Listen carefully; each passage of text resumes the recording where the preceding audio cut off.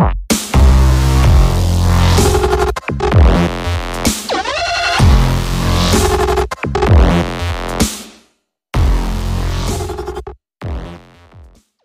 saudara, pada saat ini kita akan membahas mengenai Yesus dan mujizatnya. Mujizat merupakan perbuatan yang luar biasa, perbuatan yang hebat, yang memang dikerjakan di luar hukum alam dan biasanya bertolak belakang dengan hukum alam. Misalnya saja ketika Tuhan Yesus berjalan di atas air, dia tidak tenggelam. Ketika Yesus mengubah air menjadi anggur, itu adalah hal-hal yang memang luar biasa, yang tidak pernah diajarkan oleh hukum-hukum fisika atau hukum-hukum alam lainnya. Namun saya akan menyoroti pada bagian ini adalah fakta di balik mujizat Yesus tersebut yang harus kita ketahui, dan saya akan membaginya dalam 3 bagian. Selamat menyaksikan video. 3 fakta unik tentang mujizat Yesus Kristus. Pertama-tama, mujizat yang dilakukan oleh Yesus itu berkaitan dengan iman. Contohnya saja seperti ketika Yesus menyembuhkan hamba seorang perwira, seperti yang tercatat di dalam Matius 8 ayat 13, Yesus berkata, "Pulanglah dan jadilah kepadamu seperti yang engkau percaya."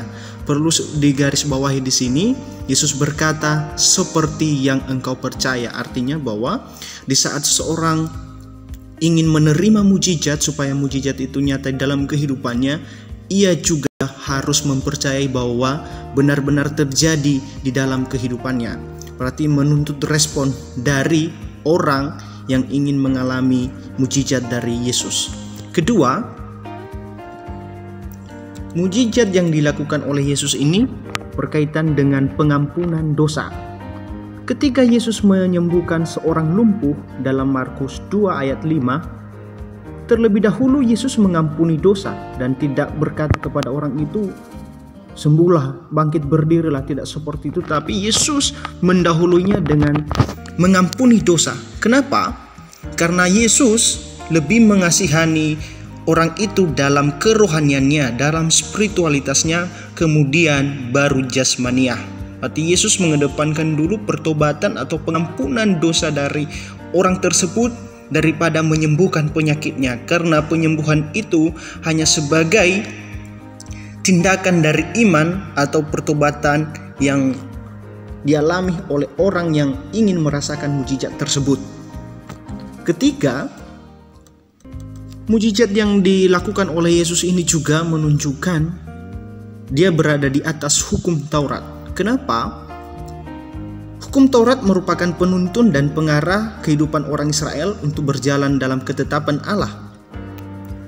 Dalam hukum Taurat, salah satu butirnya adalah kuduskan hari Sabat.